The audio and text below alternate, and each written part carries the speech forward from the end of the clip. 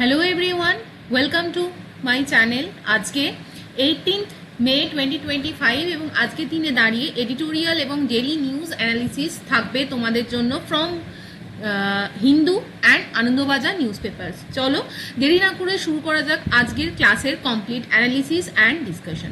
Will start from the Bengali news paper, যেটা দাঁড়িয়ে দেখো আনন্দবাজার পত্রিকার আজকের দিনে দাঁড়িয়ে আমি কোনো নিউজ এডিটোরিয়াল ডিসকাস করব না। আমার মনে হয়েছে এগুলো is not relevant for the examination perspective. তাহলে তোমরা যদি কেউ পড়তে চাও নিজেদের মতো করে নলেজ পার্সপেক্টিভে you can read definitely, but আমি আজকে এই বাংলা নিউজ পেপারে কোনো রকম আলোচনা করব না।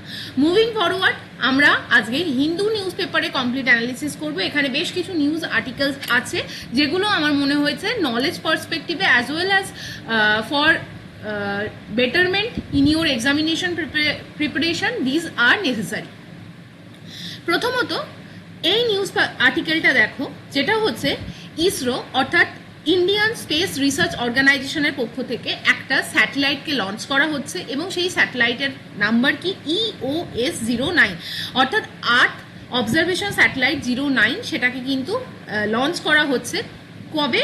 মে 18, আজকের দিনে দাঁড়িয়ে ভোরবেলা 6টা নাগাদ এই ইসরো এই আর্থ অবজারভেশন স্যাটেলাইটটাকে লঞ্চ করবে। কোথা থেকে? Launch pad of the Satish Dhawan space centre, যেটা কিন্তু শ্রীহরিকোটায় অবস্থিত। হোপফুলি তোমরা জানো শ্রীহরিকোটার লোকেশন কোথায়। কমেন্ট সেকশনে তোমরা আমায় জানাবে যে শ্রীহরিকোটা এই যে জায়গাটা, এটা কোন নদীর তীরে অবস্থিত এবং কোন স্টেট অফ আওয়ার কান্ট্রিতে অবস্থিত। ওকে, মুভিং ফরওয়ার্ড, এই যে আর্থ অবজারভেশন স্যাটেলাইট, এটা মেনলি কিন্তু আমাদেরকে বা ইসরোকে কি প্রোভাইড করবে? কি information related with the agriculture, forestry, urban infrastructure planning, national security surveillance এটা হেল্প করবে। এছাড়া ডিজাস্টার ম্যানেজমেন্ট রিলেটেড যদি কোনো ডেটা দরকার হয়, দেন EOS-09 satellite will provide and help us to figure out those things. এবার এই যে টোটাল এই যে স্যাটেলাইটটা, সেটার কিন্তু মেনলি যে জায়গাটা মিশন লাইফ হবে 5 ইয়ার্সের জন্য, এবং যেটা এই অরবিটে যে অরবিটে এটা রোটেট করবে সেটা হচ্ছে সান সিনক্রোনাস পোলার অরবিট। ঠিক, এরপর যে নেক্সট নিউজটা নিয়ে আমরা পড়বো সেটা হচ্ছে India stops Bangladeshi exports via all land ports.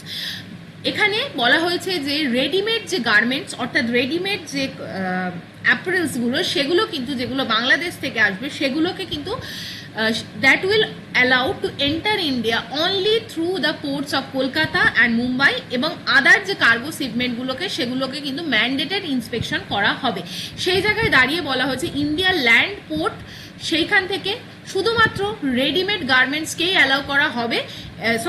no longer will be allowed to use the Indian land ports to export the ready-made garments to India, অর্থাৎ বাংলাদেশি রেডিমেড গার্মেন্টসকে ইন্ডিয়ায় এক্সপোর্ট করার জন্য কিন্তু ল্যান্ড পোর্টকে ইউজ করা যাবে না। This is the point. এবং সেই জায়গায় দাঁড়িয়ে Bangladesh has recently imposed a port restriction on export of India, এবং সেখানে দাঁড়িয়ে কিন্তু অ্যালাউ করেছিল অনলি এয়ার এক্সপোর্ট অনলি ভায়া সি পোর্ট। তার একটা রেসিপ্রোকেটরি যে মেজারমেন্ট ইন্ডিয়ান গভর্নমেন্টের তরফ থেকে নেওয়া হয়েছে, এবং সেখানে বলা হয়েছে কি import from the Bangladesh or readymade garments of all category across the land port, এবং যে চেকপোস্টগুলো আছে সেগুলোর অ্যাক্সেস কিন্তু রেস্ট্রিক্টেড করে দেওয়া হয়েছে। এবং কলকাতায় এবং নাভা সেবা পোর্ট কোথায় অবস্থিত? মুম্বাইতে অবস্থিত। তারাই কিন্তু অ্যাক্সেস পাবে এই জায়গাটার, বাট আদার দ্যান কি ম্যান্ডেটেড ইন্সপেকশন লাগবে কার্গো শিপমেন্টের জন্য। This is the all news. Moving to the next news, that is the second news. Pak drones drops drugs and arms despite the border truce, অর্থাৎ বর্ডারে কিন্তু already ceasefire is announced. Instead of that ceasefire agreement, Pakistan continued to drop the narcotics and arms into India with the help of the Chinese drones, despite a heightened vigil both on land and in the air along the western border after India and the Pakistan announced the cessation of the military operation. Hopefully clear. The next very important news related with the important mission that is going to be launched by the Prime Minister on June 9, সেটা হচ্ছে national manuscript mission.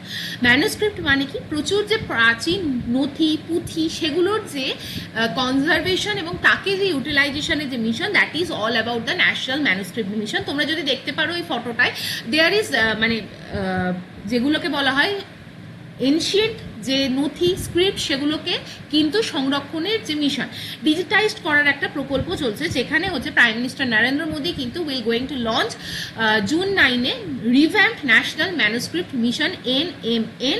সেখানে দাঁড়িয়ে কিন্তু Gyan Bharatam mission which is expected to cover more than 1 crore manuscript, সেটাকে কিন্তু বলা হচ্ছে সেটা রেসপন্সিবল থাকবে কি survey, documentation, conservation of Indian manuscript heritage lying with academic institution, museum, library and the private collectors. To accommodate this new initiative government budget কিন্তু allocation করা হয়েছে। এক্সিস্টিং যে ন্যাশনাল ম্যানুস্ক্রিপ্ট মিশন আছে সেখানে 3.5 crore থেকে এটা ইনক্রিজ করে 60 crore করে দেওয়া হয়েছে। Revive and the relaunching of the national manuscript mission, এবং সেখানে কিন্তু formation of the autonomous body করা হবে to help preserve the ancient text in India. So এটা কিন্তু it is a part of the Indira Gandhi national centre for arts. Now hopefully entire thing is clear to all of you. Now moving to the next article, this is very important article, আমার পড়ে personally ভালো লাগলো। দেখো, আমরা আমাদের Indian society is very diverse and very unique itself. তো সেই জায়গায় দাঁড়িয়ে আমরা যদি এই ফটোটা দেখি, এই ফটোটা আমরা কি দেখবো? We can see some peculiarity in the face. একটা পার্টিকুলার ট্রাইবাল সেকশন আছে, belong to the Odisha state, ঠিক? এখানে একটা ট্রাইবাল কমিউনিটি আছে যেখানে ট্যাবু করানো হয়। কেন বিলিভ দ্য থিং, ট্যাবু করানো হয় in order to protect the women. এই মহিলাগুলোকে প্রোটেক্ট করা হয় ফ্রম দ্য সেক্সুয়াল অ্যাসল্ট। কেন? মনে করা হয় তাদের মুখে এই পার্টিকুলার টাইপ অফ তাদের মুখটাকে, তাদের ন্যাচারাল যে বিউটি সেটাকে যদি ঢেকে এরকমভাবে কোনো ইমপ্রিন্ট ট্যাবু করে দেওয়া হয় মুখের মধ্যে, এবং তাদের কানে যদি এরকমভাবে রিং পরিয়ে দেওয়া হয়, দ্যাট উইল প্রিভেন্ট, মনে করা হয় তাদেরকে কিন্তু দেখতে বাজে হয়ে যাওয়া হবে।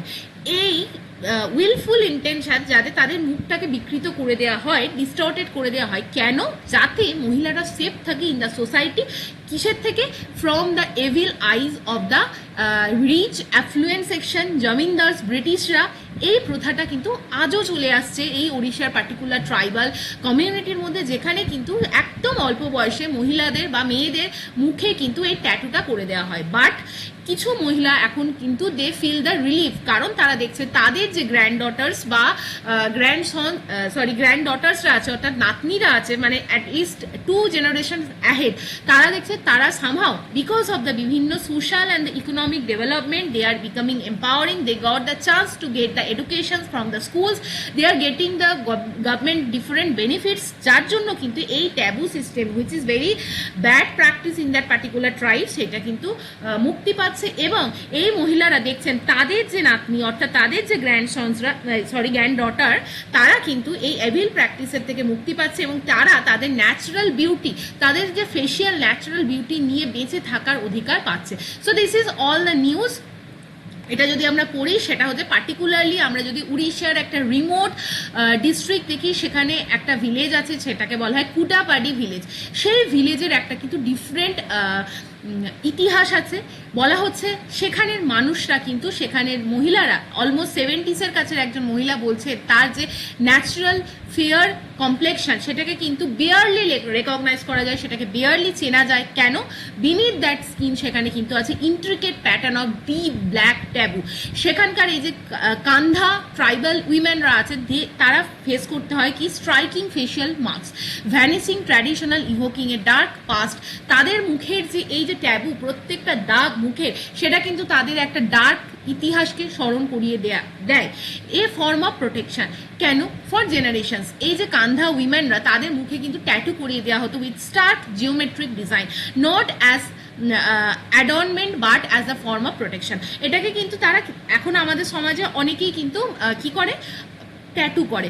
সেটা কিন্তু তাদের ইন্ডিভিজুয়াল চয়েস, তারা কিন্তু সেটাকে অ্যাড অন করে, সেটাকে ক্যারি ফরওয়ার্ড করে, বা সেটাকে তারা হ্যাপিলি অ্যাকসেপ্ট করে। But this is not something that was done intentionally in order to protect the women, because এটা তাদের ইন্টেনশন কি ছিল, সেখানে তাদের লেস অ্যাট্রাকটিভ করে দেওয়া হতো, so that they could escape from the sexual exploitation by the landlords, local royals এবং ব্রিটিশ কলোনাইজার্স। নাও সেই জায়গায় দাঁড়িয়ে কিন্তু তাদের কিন্তু বলা হয়েছে God has given each of us a natural beautiful face, we have no right to disfigure it। সেটাই কিন্তু আমাদের কোনো রাইট ছিল না তাকে বিকৃত করে দেওয়ার, বাট এই ট্র্যাডিশনটাই ছিল এরকম। সেখানে তাদের they had left with little choice, ঠিক? নাও সেখানে কি বলা হয়েছে, perhaps I could have erased all my tattoos and seen my face in its natural untouched form. সেই মহিলা বলছেন আমি যদি দেখতে পেতাম আমার ন্যাচারাল বিউটিটা কি, বাট আমি পাচ্ছি না, কারণ I was a victim of that kind of old practice. সেখান থেকে দাঁড়িয়ে বলা হয়েছে আর্লিয়ার টাইমে এই যে কান্ধা গার্লসদের কিন্তু ট্যাটু করিয়ে দেওয়া হতো as early as the age of 10, 10 বছর সময় নাগাদই কিন্তু তাদের ট্যাটু করিয়ে দেওয়া হতো এবং তাদেরকে কিন্তু তাদের গোটা বডি ফেসে কিন্তু এই একটা পার্টিকুলার ইউনিফর্ম প্যাটার্ন দিয়ে ঘিরে দেওয়া হতো। তারা বলছে যে মানে যিনি এটাকে ন্যারেট করছেন সেই মহিলা বলছেন আই স্টিল ট্রেম্বল, আমি এখনো ভয়ে কাঁপি সেই মেমোরিটাকে রিকগনাইজ করলে, যখন কিন্তু বলা হচ্ছে ক্রুড সেই ব্রুটাল প্রসেসটার কথা ভেবে স্পেশালি ট্যাবু আর্টিস্ট আনা হতো এবং তারা কিন্তু প্রত্যেকটা মুখের যে স্কিনকে নিডল অর্থাৎ সূচ দিয়ে ছিদ্র করতেন এবং তাদের মধ্যে কোনো মার্সি বোধ যে এটা কাজ করছেন তাদের মধ্যে কোনো দয়া মায়া ছিল না। তারা ব্রুটালি এই কাজটা করতো, ব্লাড মুখ থেকে চারপাশ থেকে বেরিয়ে আসতো, ইনফেকশন হয়ে যেত, গোটা মুখ ফুলে যেত এবং তাদেরকে চেনা যেত না for the several months.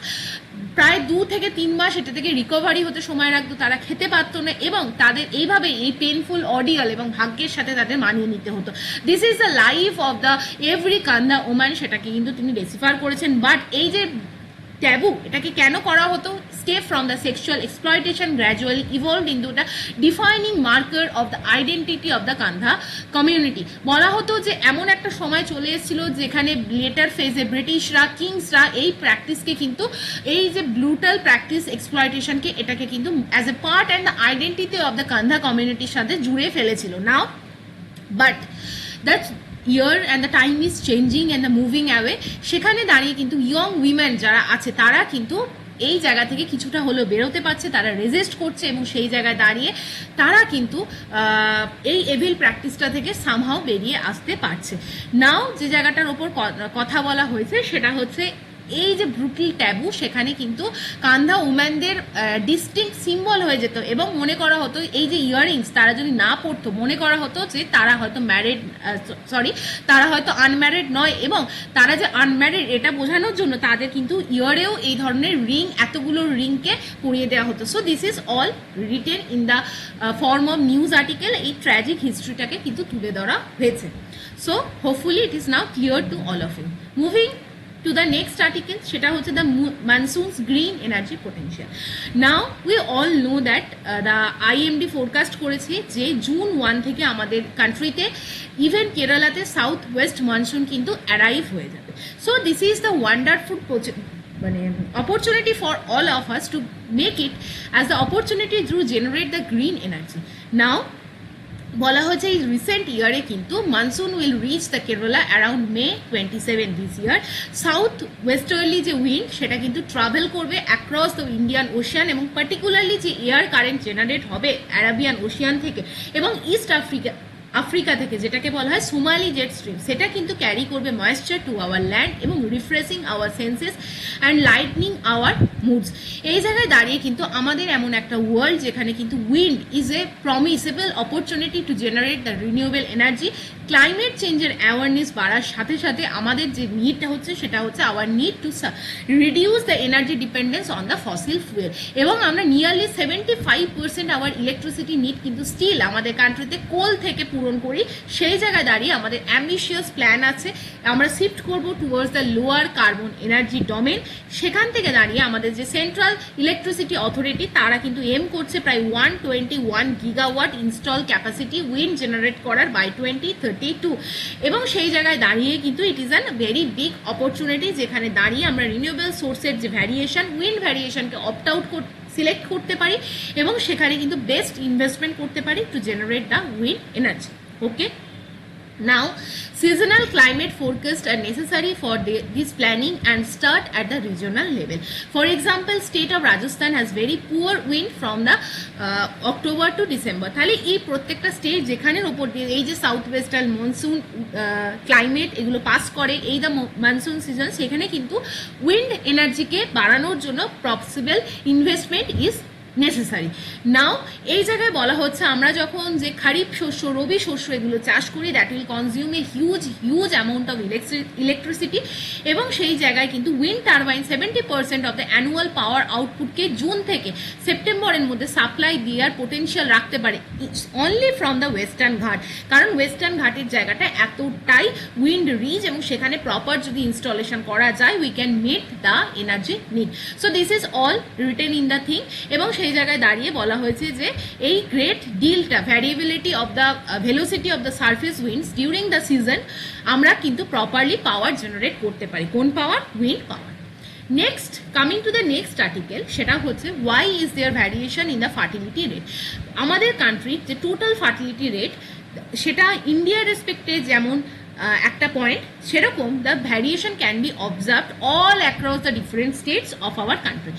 Sample registration system SRS সেখান থেকে দাঁড়িয়ে রিলিজ করেছে রেজিস্ট্রার জেনারেল অফ ইন্ডিয়ার একটা report for the year of 2020। সেখান থেকে দাঁড়িয়ে দেখা গেছে ইন্ডিয়া হ্যাজ মেনটেন করেছে টোটাল ফার্টিলিটি রেট অ্যাট 2.0। সেখানে দাঁড়িয়ে আমাদের ন্যাশনাল অ্যাভারেজ যে TFRS সেটা কিন্তু 2020 মতনই সেম আছে 2.20-তে, বাট ওয়াইড রিজিওনাল ভ্যারিয়েশন আছে across the state and union territory. বলা হয়েছে which state saw the highest total fertility rate। আমরা যদি টোটাল ফার্টিলিটি রেটের স্টেট ওয়াইজ রিপোর্ট দেখি সেখানে দাঁড়িয়ে বিহার কিন্তু হাইয়েস্ট টোটাল ফার্টিলিটি রেটে আছে 3.0, এবং লোয়েস্ট টোটাল ফার্টিলিটি রেট এসছে ওয়েস্ট বেঙ্গল এবং দিল্লিতে যেটা হচ্ছে 1.4। এই ডেটা রিভিল করে কিন্তু যে ডিফারেন্ট যে ডিক্লাইন ওভারঅল যে আমাদের টোটাল ফার্টিলিটি রেট সেটা কিন্তু ডিক্লাইন করেছে at the national level, but there are some state যেখানে কিন্তু এটা চেঞ্জেস ফরম্যাটে আছে। Now what does TFR measure? TFR কি মেজার করে? TFR এটাই মেজার করে যে number of children each women in India is expected to have throughout her reproductive age which the survey defines between 15 to 49 age. অর্থাৎ 15 থেকে 49 বছরের যে reproductive age of an female, সেই সময় তিনি অ্যাভারেজ রিপ্রোডাকশন কটা করছে that is defined by the term TFR। এবং এই রিপোর্ট অনুযায়ী বলা হচ্ছে TFR কিন্তু more specifically age specific fertility রেটকে শো করে এবং তার জন্য একটা পার্টিকুলার ফর্মুলাকে ইউজ করতে হয়। ডেমোগ্রাফিক সার্ভে থেকে আমরা এই TFR ডেটাকে যখন রিভিল করি তখন দেখা যাচ্ছে এই সার্ভে কিন্তু all across the state different চিত্র আমাদের সামনে তুলে ধরছে। Now what do fertility indicators report? Crude fertility rate বা crude birth rate, sex ratio at birth, general fertility rate, age specific fertility rate and total fertility rate among the other indicators যেটা কিন্তু এই রিপোর্টে বেরিয়ে এসেছে। Crude birth rate কি? সেটা হচ্ছে live birth per 1000 people in the population. General fertility rate কাকে বলা হয়? This is the live birth per 1000 women of the reproductive age 15 থেকে 49 ইয়ার্স, এবং সেখানে দাঁড়িয়ে the survey also measures another indicators like gross reproductive rate which reflects the number of daughters a women is expected to have. Now this is the point. Now replacement level fertility কাকে বলে? সেটা হচ্ছে 2.1। This is the fertility rate. Replacement করা যাকে বলে সেটা মানে it is measured as the number of children each women should have for each generation to replace the previous generation population। অর্থাৎ একজন উইম্যানকে পার্টিকুলার কটা চাইল্ডে জন্ম দিতে হবে যাতে কিনা আমরা পাস্ট যে জেনারেশন তার পপুলেশনকে কন্টিনিউ রাখতে পারি, রিপ্লেস করে দিতে পারি। সেটার ভ্যালু কি? অ্যাভারেজ 2.1 যদি বার্থ হয় per woman then we can maintain our population level. সেই জায়গায় দাঁড়িয়ে বলা হচ্ছে যে total fertility rate above the replacement level 2.1 আছে 6টা স্টেটের মধ্যে, যার মধ্যে বিহার, মধ্যপ্রদেশ, ঝাড়খণ্ড, উত্তরপ্রদেশ, ছত্তিশগড় এবং রাজস্থান লাই করে। এবং আমাদের এই যে রেজিস্ট্রেশন স্যাম্পল রিপোর্ট সেটা যদি আমরা দেখি তাহলে আমাদের ক্রুড বার্থ রেট কিন্তু 19.3 আছে এবং যেটা কিন্তু অ্যাভারেজলি ডিক্লাইন করেছে। So this is the indicator, এবং সেই জায়গায় দাঁড়িয়ে it clearly tells as the total fertility rate has come down below the replacement level and there are remarkable difference in the data of the state. Socio-economic conditions are very much necessary with the linkage for the total fertility rate. দেখা যাচ্ছে যে সমস্ত state, mainly southern state যেখানে কিন্তু social and economic livelihood বা opportunity অনেক বেশি, সেখানে কিন্তু টোটাল ফার্টিলিটি রেট কিন্তু অনেক অনেক কম। আবার অন্যান্য স্টেট লাইক বিহার, ইউপি এবং মধ্যপ্রদেশে যেখানে কিন্তু দেখা যাচ্ছে socio economic development is quite মানে একটু পুয়ার, সেখানে কিন্তু total fertility rate is higher. সেই জায়গায় বলা হচ্ছে the reason being that some of the state still need human development policy, greater female education, improving health care policy action, যেখানে কিন্তু আমরা পপুলেশন আউটবার্সকে বাঁচাতে পারি। আবার এরকম জায়গা দেখা গেছে যে Sikkim, for an instance Sikkim যদি আমরা ধরি, সেখানে total fertility rate is below 1 which is equivalent to the south Korea. Even মানে সিকিমের এই যে টোটাল ফার্টিলিটি রেট, অলমোস্ট সেখানের উইমেনরা কিন্তু রিপ্রোডাকশন বা নতুন মানে কনসেপ্ট করতেই চাইছেন না। তার একটা কারণ হতে পারে যে রিয়েলিটি কি হতে পারে, যে সেখানে পিপলরা they don't want kids. It may be because changing family structure, opportunity cost for parents and increasing stress associated with the caregiving. অর্থাৎ একটা সন্তানকে জন্ম নিয়ে দিস কাইন্ড অফ যে জেনারেশন এবং তার যে কস্ট আছে, কেয়ার গিভিংয়ের যে রেসপন্সিবিলিটি আছে, সামহাও সিকিমের population they don't want to take that kind of responsibility and perhaps this is represented from the data of the TFR, যেটা কিন্তু একের নিচে নেমে গেছে।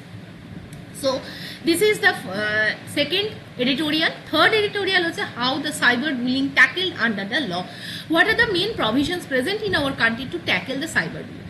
আমরা পেহেলগাম টেরর অ্যাটাকের সময় দেখেছি বিভিন্ন সময় বিভিন্ন মানুষকে সাইবার বুলিং করা হয়েছে এবং তাদেরকে কিন্তু সাইবার ক্রাইমস এর মধ্যে ফেস করতে হয়েছে। ফর এক্সাম্পল বিক্রম মিস্ত্রি, when he announced the ceasefire, তারপর থেকে কিন্তু তার personal account is flooded with abusive messages এবং তাকে কিন্তু পার্সোনালি তাকে টার্গেট করা হয়েছে এবং শুধুমাত্র তিনি নন, তার family including his daughter is targeted with the cyber kind of threats.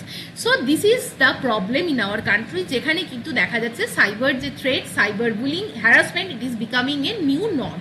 সেখান থেকে দাঁড়িয়ে বলা হচ্ছে what are the limitations of the existing law.